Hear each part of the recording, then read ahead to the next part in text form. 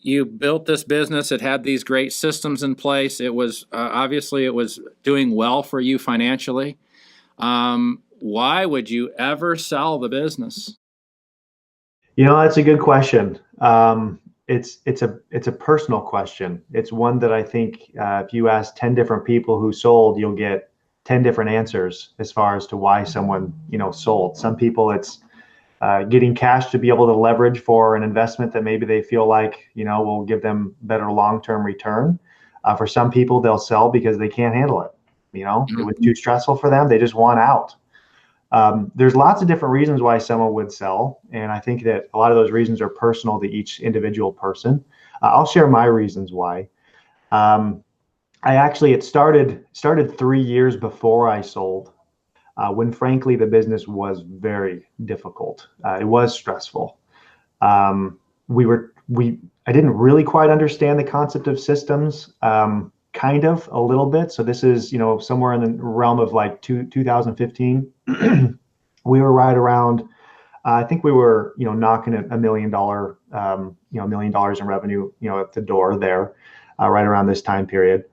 And there's this thing that now looking back, I realize what is like cash flow purgatory. I don't know if purgatory is the right word, but it's this time period where it's this cash flow, really difficult spot to punch through the ceiling, right around 750,000 to about 1.2 million, where you don't really quite have enough cash flow or scale to be able to hire a manager, the managers that you need, that middle management layer. You're not really quite there yet, so you're wearing a lot of hats as the owner. And for me, it was a really stressful time in our business. And I had, at one point in time, I lost over half of my employees. They quit on me in the middle of my busy season when I was booked out 2 months, had a panic attack, totally freaked out. That kind of led me on my journey to start learning more about company culture and how to, engage a team. But right around this time period, I made a promise to my wife and to my family that I would sell the business within 5 years. Hey, we're going to grow this thing, and then we're going to sell it, and then we're going to, travel. We're going to do ministry. This is what we're going to do. We were going to get it to that, kind of that point to where we could button it up and sell it, and I'd be able to make sure that my mom and dad were taken care of, make sure that my family was okay, mostly to take care of my mom and dad, because that was the commitment that I made to them, that growing this business was going to take care of them. So we started to kind of set out to grow and to systemize. And it's interesting because when you go to sell a business, it's kind of like fixing up your house to sell it, right? You need to sell it, your home, but you got these, this trim over here that needs to be caulked. You have your deck that's rotted. You got to fix the deck. You got to fix the windows. You got to put on a new coat of paint. You got to go around and fix all these little things to get it ready to sell.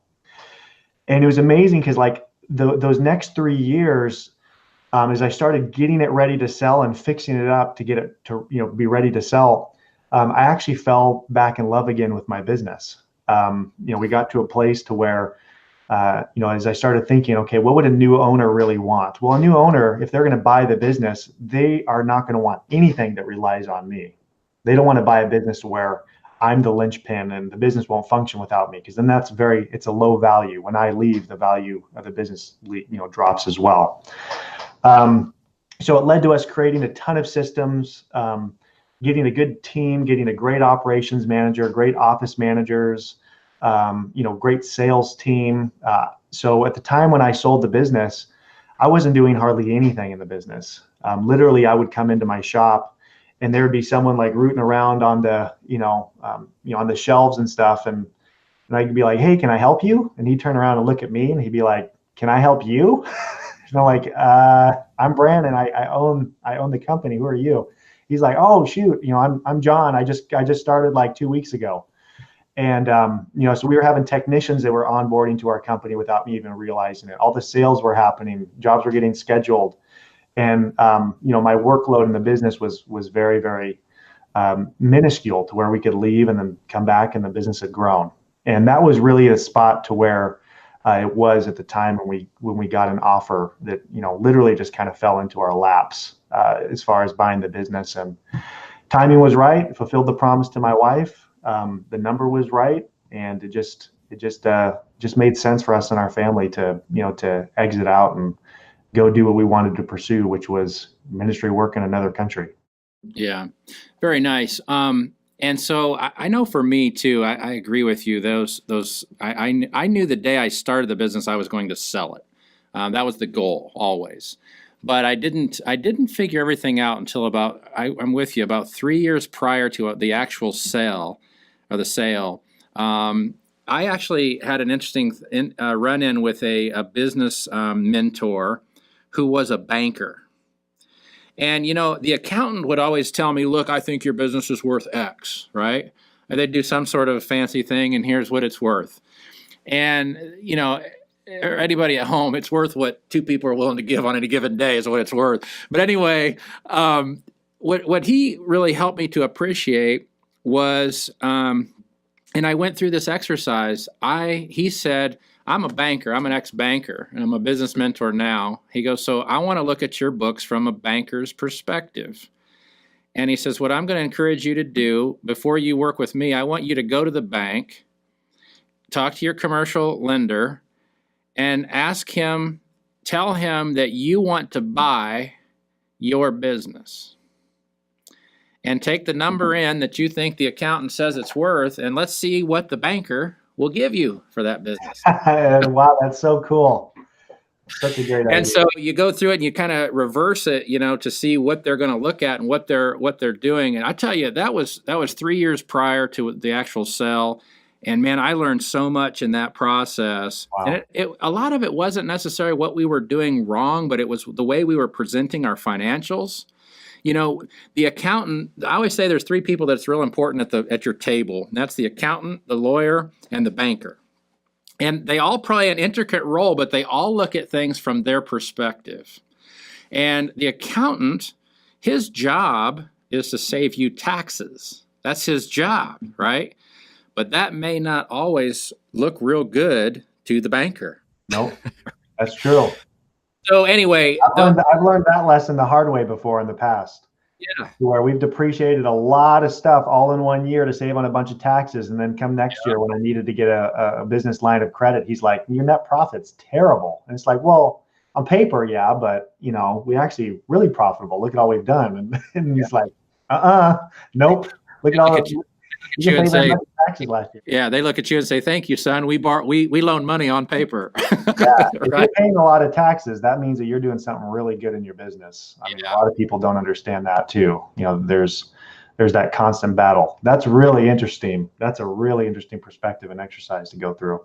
We went through another one, Brandon, just shortly. I'm interviewing you, but anyway, the same thing. At one point in time, I had a really good employee that wanted to buy some stock. And I tried to convince him, you don't want to buy stock in an S corp, but he wanted to. And I was like, fine, we'll sell you X amount of stock. We'll agree on a price. We did. And it didn't work out. The employee left. He wanted me to buy the stock back. I bought it back. The accountant said to me, that is the dumbest thing you ever did. I never want to see you do that again. Don't ever sell stock. Now, it's interesting, though. The attorney, when I told him that, I said, my accountant said, that was a stupid idea. Never do that. He said, kind of smart aleckly, he says, I want you to tell your accountant to worry about the bean counting and let me worry about the liability of the corporation. Oh, because man. It looks wonderful that you sold stock. If anybody ever tries to pierce the corporation, we have a pretty good case against us to show that we're operating as a true corporation. We've sold stock, we've bought stock, we've done these things. So it's just interesting to see the 3 perspectives. They come from a different place, and you can learn from each one of them how they're coming from the angle that they are. You know what? That's really interesting too, because I went through a Goldman Sachs 10KSB program, and one of the things that they said, they actually encouraged me to put together an advisory board, and I'm like, all right, we're still a small company. Advisory board seems a little bit much, isn't that something that big, huge corporations do? But they said it doesn't have to be anything really intense. You can meet once a quarter and take your banker, your accountant, and take them out, and maybe have another business owner and just have them come and just be your advisory board, and you take them out to lunch and you pay for everything, and have gifts for them or whatever. and just have them all come together and just kind of talk about things, lay things out, and have a little advisory board meeting. And it's actually attractive for some people to be on an advisory board because it's attractive on their resume to say that they, served as a director on an advisory board. Just thought that was interesting. It was a perspective that I'd never even thought of before. But man, having a good relationship with the banker is so important. It is. So looking back, Brandon, if you had to look back from the point of sale back into those 3 years that you was learning and really, and I agree with you, those last 3 years were kind of fun. It kind of at the end, it's like, I don't know, I'm kind of enjoying this again. But at any rate, is there one thing that you'd say, boy, if if that wouldn't have fell in place, this really could have affected the sale of the business, or I'm so glad I took this advice? Is there just one nugget there that you can tell the audience? I think just the exercise of going through a sale of a business was probably some of the best education that I could have received. Going through the due diligence process, looking at what a legitimate buyer, a legitimate buyer, not like, your local competitor that wants to draft up a one-page agreement, Right. To buy Right. a route from you. I'm talking about like a legitimate buyer that has capital backing. What they look for, and going through that process, and knowing what KPIs they look for, what metrics they want. That was fascinating to me, and especially knowing what their long-term plans are. It's really cool. All Clean Soft Wash. It's just owned by this amazing couple of brothers that are expanding it out nationally. There's 8 locations of All Clean Soft Wash across the country now. They're in the 8-figure territory with their business. They're just totally crushing it and doing an amazing job. And it's been really cool to see a new buyer fulfill the vision that I always kind of promised to my team. And that was actually a really cool thing about selling the business too, is selling it to this kind of a buyer provided a lot of opportunity that was given to the team a lot quicker than what I knew, I could give it to them, to be able to travel to another market and to help people out. We had some of the people at my location that actually flew down to Florida to work in the wintertime in Florida and get paid for it. And they loved it. It was like the best time of their lives, Right. in a way. And so there's a lot of cool things that like the next level of a business can kind of, get. So the one thing that I think was, really valuable going through that whole process is just understanding how to look at something from a perspective of a buyer, and being able to understand that and help others understand that when they're trying to go through a sale or they will have an exit plan. Because the reality is everyone's going to exit out of their business at some point in time. If you don't have an exit strategy or an exit plan, you'll either exit through bankruptcy, death, you'll merge with another company, you'll sell, or pass it on to your kids.